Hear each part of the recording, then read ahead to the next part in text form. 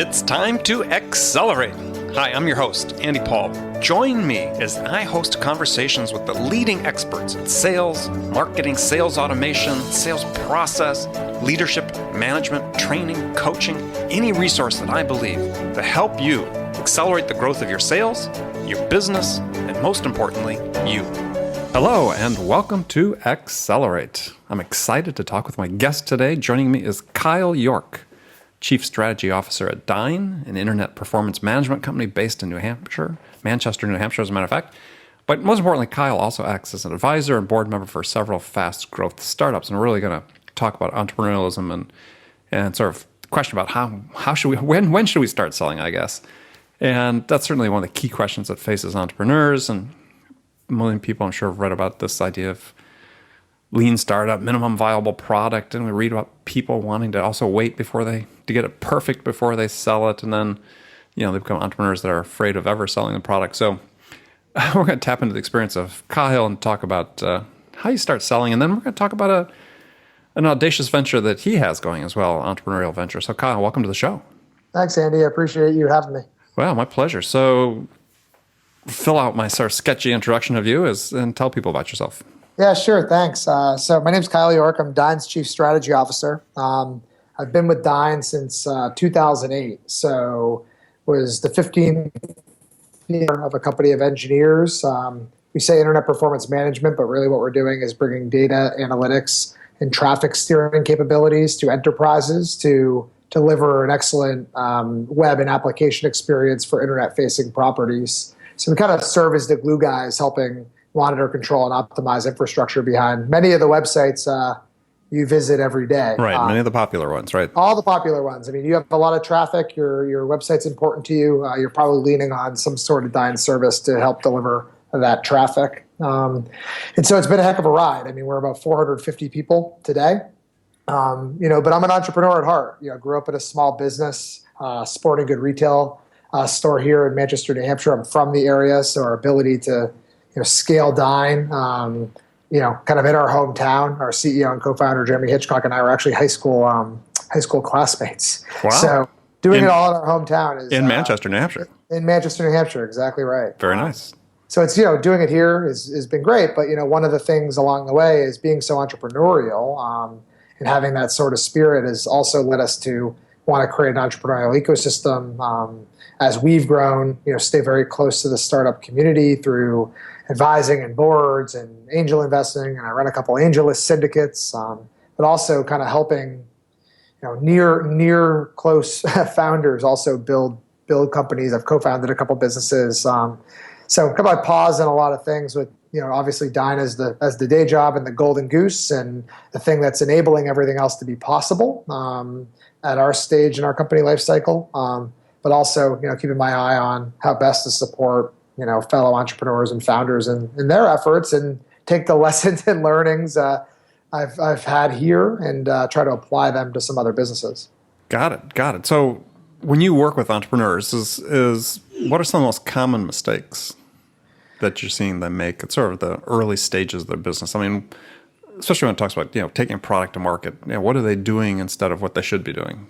Well, I think the majority of founders that I collaborate with tend to be of the technical nature. They have been people who have found me or we've worked with in the past as customers of Dyn or other companies. The technical founder who's building I work a lot in SaaS or software as a service, B2B applications. And, the reality is the technical founder either thinks their product's better than it is too early or is all about making it perfect so they're too late. Right, and I think there's a fine balance. I mean, you talked about it as minimally viable product. I believe there's never too early of a time to go solicit market and customer feedback. And as long as you're sort of transparent about where you are in your product life cycle, then you're going to be able to deliver the right expectation. Deliver on those expectations because you're setting them right. Yeah, so, I think that's really a key is managing those expectations.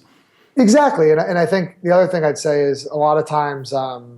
Especially when it comes to bringing things to market, that technical founder might be intimidated or afraid of the sales guy that they might need to hire, or that complementary co-founder they might need who's the business-oriented person. And that's honestly a lot of how I got into deals really early in angel rounds, or as an early advisor, even sometimes pre-revenue. Is sometimes a heck of a lot easier to round out your team by bringing on lightweight advisors as opposed to going all in with a founding team member that maybe you haven't dated before, right? So, but I think it's really critical that you round out that team. And I always tell early stage startups, I mean, there's just really four things that anyone, including customers, board members, investors, partners, are going to look at in your business. It's going to be your team, your market, it's your traction or go-to-market strategy, and it's your product. And for me, I sort of look at product last, because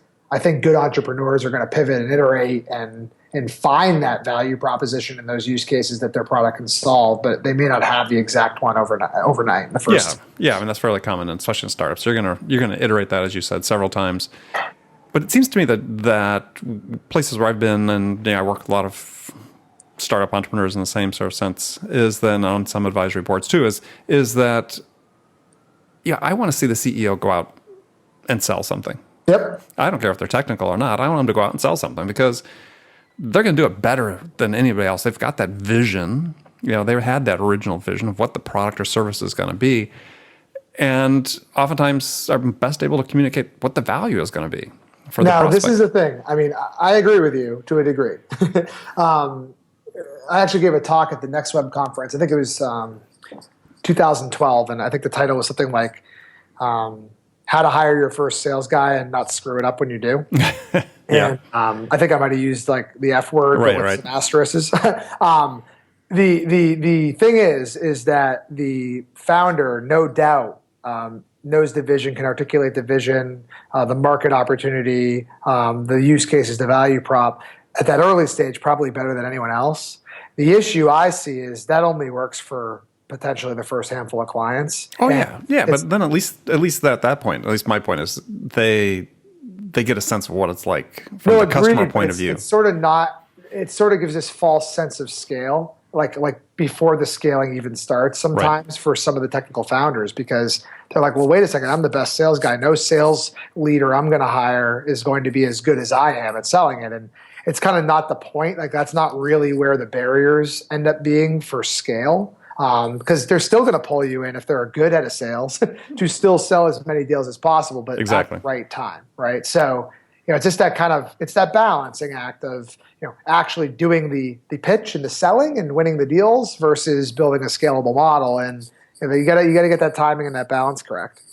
Yeah, I mean, there's sometimes that my point was the CEO just needs to understand what the customers are talking about. No doubt. Absolutely. Because if you have that disconnect, and I've seen that many, many times with companies where the CEOs are sort of removed, technical CEO, they remove themselves from the sales process, don't understand why they aren't selling, but also refuses to get involved to really understand what the customers are really talking about. Well, they tend to be really smart, right? Yeah. So they think that, it's kind of like the old Steve Jobs quote, if you wait for the customer to tell you what they want, it's too late, And I think that's any good founding entrepreneur, especially if they've had a little success in the fundraising community or they've had success at a prior gig, sometimes, overthinks that they might be building Apple, right? Yeah, and that's the outlier use case.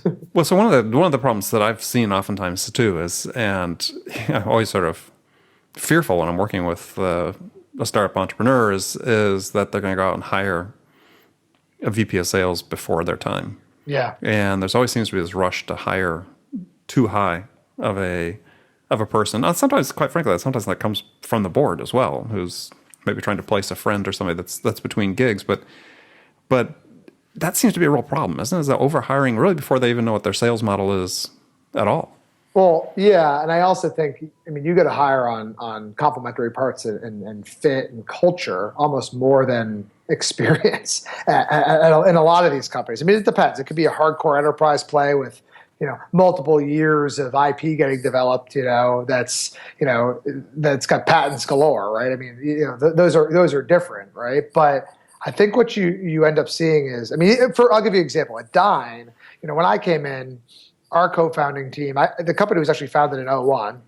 And it was more of like, kind of think of it like a high-end, registrar, like a GoDaddy, a more technical user. Our specialty back then was doing remote access for technical users back into their home network. It was called dinedns.org. And for the first 7 years of the business, it was all self-service e-commerce through the website. But they built an enterprise-grade product for guys like Twitter or Netflix or Salesforce or LinkedIn to be able to, name their infrastructure with human domain names and leverage cloud computing and their data centers and other delivery networks and things like that. Well, the reason I tell you that is the approach before I showed up was, well, we'll just build a website and the enterprise will come. Right, because that's what happened to get us here for the first 7 years of our company selling to that kind of prosumer consumer market. So when they hired me, for them, it was all about finding someone who had some experience, but not too much experience, right? And it was almost like, well, why not too much? Why not too much experience? And if that was explicit, they wanted the match of their similar experience, so that when they were coming at the business from, our CEO is more of a product and finance hybrid. Our CTO is hardcore engineering and network operations, technologists. Like, they wanted somebody of almost a similar age, similar background, similar experience, so that it was almost like a second round of co-founder. Right, so it wasn't a dominant presence, perhaps. Yeah, there wasn't a dominant presence, or it wasn't. And again, we were different because we had bootstrapped the business. Our first 11 years of the business, we actually bootstrapped. We didn't raise a Series A till we were in 25 million in revenue. So we're a little bit of a different use case where there was no forcing function or outside pressures or board forcing them to make moves that maybe they were uncomfortable with. But I do think what really worked is we ended up sort of operating in those first 4 years of scale, from the $3 million range to the mid-20s range, as sort of hive mind, because we were all sort of learning and growing together. And so I think that's just a critical component for startups at any stage with any funding story, is to make sure it's fit, it's cultural, it's the right experience, not too much experience, because especially in this day and age, as the dynamics are changing on how you acquire customers and how much customers know about you before they even enter your funnel. I think you got to be able to be adaptable and evolve, and there's not a perfect playbook out there to figure this stuff out. Well, and is there something implicit in what you're saying that if you say too much experience, that you're saying that too much experience will mean inflexible? Yeah, I think that's what I'm kind of saying. If you've had success 2 or 3 times in your career with a very similar playbook, going in early to a company that maybe found that product market fit and you're trying to scale it, that may not work the same anymore. It might. I'm not saying it won't, right? But I think if that cultural fit aligns with the other founding team members, I think you can get past that, right? I think the flexibility becomes much more aligned. But yeah, that's kind of what I'm saying. I think it's got to be very adaptable and malleable. Yeah. Okay. As I'm not too sensitive to that as being older, but well, I don't even mean it in age, right? I know. But I think doesn't that sort of come across though a lot of times? Isn't it sometimes hard for people? I think it'd be perfectly capable and adaptable, but perhaps have an issue because of age getting hired into those roles. It could be. It depends. If you're very experienced in your career, are you also going to take a $60,000 base salary VP of sales job at a startup? So I think it's just a balancing act across the board. I think needs to happen. And again, I think it's really about the type of hire to make. Mark Roberge is a friend of mine who's the chief revenue officer of HubSpot. Yeah, Mark. He talks about the 4 different types of VPs of sales, right? And again, I think one's the entrepreneur, one's the sales manager, one's the multi-time SVP of sales, and one's the gunslinger. And it's like that really depends on who's already in place at your business across your team, right? Because if your head of sales is the entrepreneur, or you're, maybe there's a lot of times there's a CFO or a COO in the mix, or they have a differing skill set. I think you need all different types to sort of build that team to scale. Okay, good. Well, we're going to take a short break. We're going to come back with my guest, Kyle York, and we're going to come back. We're going to talk about what I think is a fairly audacious venture that Kyle's spearheading as an entrepreneur, which I think would be very interesting to talk about. So come back with us. We'll be back in a second. Hi, this is Andy. Connect and Sell is used by sales reps at nearly 1,000 companies, including hundreds of technology startups and several Fortune 500 companies, to overcome the challenges of getting prospects on the phone. Companies using Connect and Sell grow their revenues faster by enabling their sales reps to have more sales conversations in 90 minutes than they could otherwise achieve in an entire week. Connect and Sell can be deployed directly to your sales reps, or you can take advantage of their outbound on-demand service, which delivers qualified prospect meetings scheduled directly on your sales reps' calendars. Visit connectandsell.com to learn more about how Connect and Sell can start filling your pipeline today. I am back with my guest, Kyle York, and we've previously been talking about when's the right time to really bring in sales leadership. What sort of sales leadership do you need to have? How do you make that a complementary part of your organization as you're in the startup mode? So I thought we talked about a specific startup opportunity right now. As Kyle sort of talked about early on, as sort of third generation sports retailer, and somewhat, as I said, audaciously, they're in his family business are launching, or have launched, I guess now, a new line of athletic shoes. So why? Well, it's a great question, Andy. I'm glad we're able to cover this today because we actually just launched. It's called York Athletics Manufacturing. So YorkAthleticsMFG.com. It actually just launched the product to general availability this past Saturday. Okay, so we're recording this last weekend of February, or first weekend of March. So first week, yeah, exactly. So Perfect. A few months ago, by the time the show airs, it'll have been a few months in the past. It'll be a few months, so hopefully great sales. Hopefully we're not sold out by the time this launches, but recommend checking it out. But the story basically goes is my grandfather, so my maternal grandfather, Henry Spalding, back in the Spalding Sporting Goods? No, different, not connected. But it was actually, he was in sporting goods. He was the president along with his cousins. They ran Indian Head Shoe Manufacturing Company for decades in the 40s, 50s, 60s, and 70s, right here in Manchester, New Hampshire, actually. I think I had a pair of their tennis shoes. Exactly. So they had tennis shoes, they had ice skates, Johnny Unitas' high tops, the Juice Mobile from O.J. Simpson.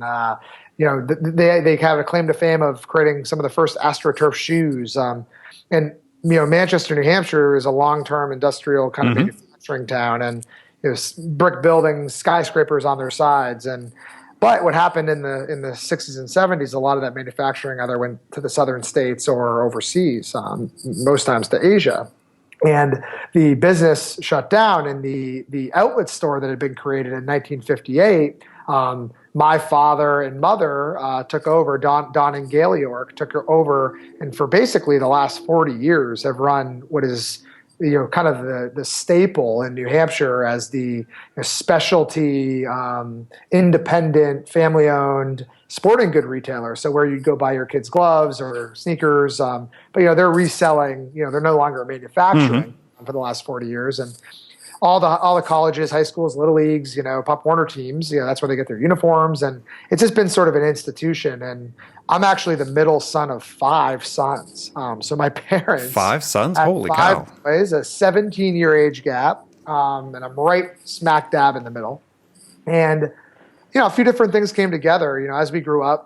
And my dad always tells a story about how when he first got into the business, there was something like 40,000 independent sporting good retailers in the country, and how there's like 400 left. Right.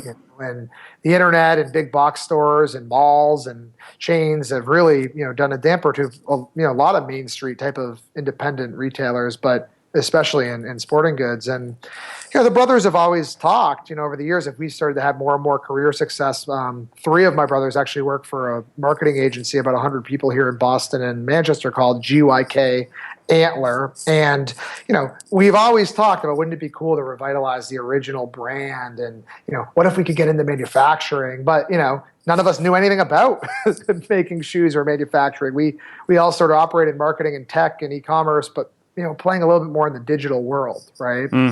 Nothing tangible. I mean, I've angel invested in a lot of companies, probably a couple dozen, and I can only name one, which is Orion Labs, which is a push-to-talk device that is tangible and physical, and you can actually put your fingers on it.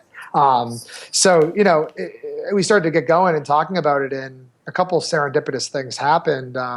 Well, first of all, go ahead. What's the target market? I mean, what? I know you want to this nostalgia about getting back into manufacturing and so on, but there had to be like an underlying market opportunity you thought you could serve. Yeah, I mean, we saw a major gap, and again, my brother was pitching his agency to Puma, and actually gets a phone call a couple weeks after the meeting, and the guy who he met with said, "I love that family story you told. I'm wondering if maybe I could help be a co-founder and build that brand." So we serendipitously came across a guy who, at the same time, was saying a trailblazing, independent spirit, performance sports footwear and apparel business, targeting more of the entrepreneur, the hustler, the snowboarder, the boxer, the creative, the artist. So maybe doesn't want to wear those hot pink Nikes. Yeah, so Under Armour for the entrepreneur.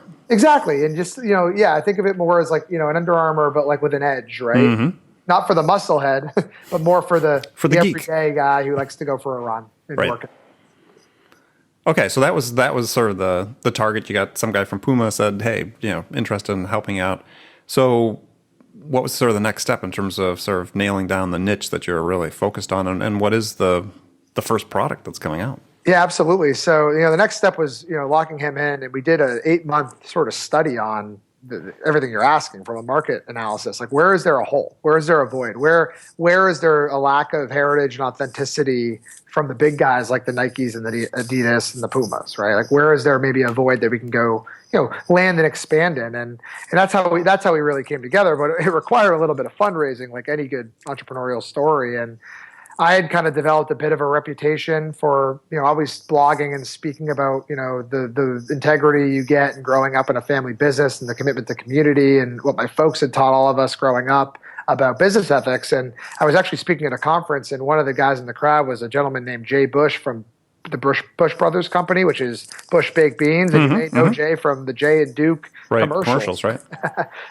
He actually is our lead investor. He heard my talk and just was very inspired and felt very passionate that there was a niche we could carve out, especially in the creative community, for a brand that could relate to, that was unassuming, allowed you to stick out and be you. And that was really the next step, was kind of bringing some cash together, getting Mark on board to help with that engagement. His name's Mark McGarry. He's the CEO and co-founder. He's on the board. Jay's on the board. My brother Travis, who runs GYK Antlers, on the board, and myself. And we spent, it's not easy to manufacture a physical good, right? So we spent, the better part, that was end of 2013. We spent 2014, working on kind of the market research study. And really it was 2015 where we started, just landed on York Athletics as the business, as the heritage, with 5 sons and my dad for 40 years, right? My parents for 40 years with the York name. And it's been great. It's definitely different. So the first product is a shoe. It's a shoe. There's a catalog. The website is live, so folks feel free to check it out. There's a shoe. It's called the Henry, which Henry Spalding was my grandfather. It's actually my first son's name. And it's a low and a mid shoe. They'll come in many varietals and colors over time, but we're kind of rolling things out as limited runs. And it's sort of, this one seems like it's positioned for fighters, boxers. Yeah, it's the idea is to really kind of go. It's footwear for fighters, but when we say fighters, we really mean grinders and hustlers and entrepreneurs. And the original, we're kind of representing that in the early go-to-market strategy, because it's a direct-to-consumer brand, right? Sold through the website. Right. So we're trying to target the right, PR and publications for that sort of brand early on, and it will expand out a little bit broader as we progress. But yeah, you can see there's hats, there's socks, there's a great duffel bag, there's T-shirts, and there's more to come. So it's fun. It's been great. It's built on a lot of the tech. It's built on DyneTech. It's built on Shopify, the e-commerce platform. So it's kind of exciting to leverage a lot of the experience we have in tech and marketing and bring it to a really heritage brand that hopefully you'll be rocking those shoes, Andy, in Manhattan and California when you're living your life. Yeah, gosh, maybe I know somebody at the company that can help me get a discount, get some shoes. Yeah. Well, we all paid full price. It's early, right? Well, I expect you to. We got to sell through. Hey, I'm from New York. We don't pay full price. So it's available just through the website.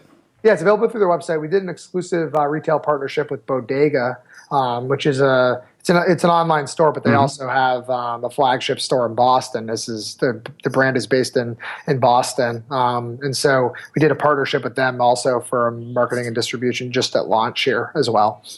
And as part of the effort then to sort of develop like a prestige brand around it? Sort of exclusive. Yeah, absolutely. And there's the Out of Step Digital Journal too is trying to tell a lot of the stories of our influencers. Again, we're leading with very edgy sort of demographic that we're targeting, and I think you'll see over time, the brand continue to evolve to have its own sort of media property and personality to represent the spirit of the target demographic and audience. So that's a real play of it. And again, it's rooted in a lot of the upbringing of the small business, the sort of stick it to the man, you only get what you work for, a lot of these ethoses of my dad, growing up in that small business where it wasn't always a simple business. I mean, Manchester, there's a great Politico article recently on the revitalization of Manchester as a city. And growing up here where my dad, had his shop, was downtown Manchester was not exactly where it is today. It was very desolate, run down, abandoned.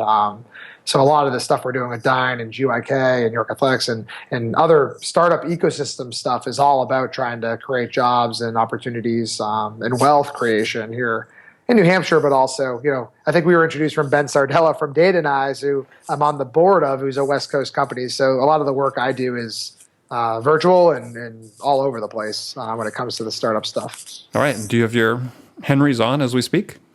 I actually don't. Believe it or not, I don't even have them yet. They're in the mail. So I ordered them like everyone else. I mean, I've worn them, but we kept this under lock and key. We did not want the product to get out to the market. I will say, though, the product went through a 100-mile wear test. So I think it was something like, I'm not sure exactly, like 15 to 20 different runners actually wore them all the way around the 100-mile wear test, and it scored very well. So, the idea is at the mid, you can, run a good 6 to 8 miles in. It's a performance shoe, and the low, and the mid is really a training, more gym type shoe. But yeah, they both fit very nicely. We had the launch party in Boston on Saturday night, and very well received so far, and sales are looking pretty good, on track with where we want to be. But again, excellent. It's fun to sort of carry the family. Yeah, well, I said it's, such a, not only the family heritage, but, you would think, who needs another pair of athletic shoes? But, I think it's great. Well, there's a whole target that the innovation you've seen in a lot of the big players is, colors and 3D printing and, sort of the focus on performance a lot of times has gone away. So, both Mark and his wife's actually the creative director, Elizabeth McGarry. She's got sort of both worked at different major players. Also worked at Perry Ellis and Nordstrom. So she's got the fashion meets the performance, and Mark's a hardcore performance and lifestyle guy. So I think when you see the shoes and you wear them, you could wear them with your jeans. You could also wear them to go work out. And I think that's kind of the idea, is to find that balance. Yeah, there was I don't know if you saw the article a couple weeks ago in the New York Times that said that somebody had actually done a clinical study and found that people that wore prestige brands of athletic gear actually worked out better and got better results than people that didn't. That's great. Yeah, and again, I think we want people to identify with what the brand represents, too. Right. So I think there's an emotional appeal to it, as well as the sort of, so they kind of feel better, like a health and wellness play. So, it'll be interesting to work on. We're excited about it. And I think there's a huge opportunity. But again, as with startups, it all comes down to execution. This one, we were talking about sales earlier, right? This one's a little different because it's direct to consumer e-commerce, right? So it's really about shipping units and product, and we're watching closely, and every little bit helps. So even hopefully your guests enjoy the brand. Yeah, well, like I said, we'll make them the official brand of the show. I love it. Yeah, we'll sell you a little sponsorship here. So let's move into the last segment of the show. I've got some standard questions I ask all my guests, and the first one is really a hypothetical scenario. It'd be perfect for you to answer. In the scenario, you, Kyle, have just been hired as a sales leader at a company whose sales are completely stalled out, and they want to get unstuck desperately. So CEO has brought you in to do that. What 2 things would you do your first week on the job that could have the biggest impact? I think 2 things. Many times when companies get stuck, it's because sales doesn't have tremendous internal support end-to-end across the business. So I think it's important to do a lot of education internally to ensure that every area from HR to finance to product to engineering to systems and to your finance and HR organization. Everyone is on the same page, right? And so that's number one. And that's something I call the sales leader tact. You need to have tact as you enter an organization where things have maybe not performed well historically. Develop that rapport and those relationships and that trust. Secondly, I think it's really critical. Sales might have stalled, but there's probably some flagship lighthouse customers, references, use cases, case studies. I would pick up the phone or pick on the phone, book a meeting, and get face to face with those customers who have been with you for a while, who did sign up potentially before sales got stuck, and learn from them what you're truly doing for them as the customer and the business value that your solutions bring to them, to try to then go build a sales model to make that repeatable. Okay, great answer. Love it. All right, so now some rapid fire questions. You can give me one-word answers or you can elaborate if you wish. The first one is, when you have an opportunity to go out and sell, which I assume you've done in the past, and I know you've done in the past, so what's your most powerful sales asset? I would say dynamicism. I think I have a lot of energy and passion for the companies I'm involved in and, what I've been building and doing at Dyn. Kind of that intrinsic self-belief. And I think being able to convey that to a customer really, really helps enable them to make an easier decision on working with you. Okay. Who's your business role model? I love Richard Branson. It's hard not to. He's a broad level, right? I would say, yeah. But it's probably my father, who I've talked a bit about today. Just from the straight shooter, no BS. You work for what you get. You control your own destiny. So it's kind of like the big one in Richard Branson, and the more tangible, accessible one in my pops. So what's one book you recommend every entrepreneur you work with should read? Think and Grow Rich. Excellent.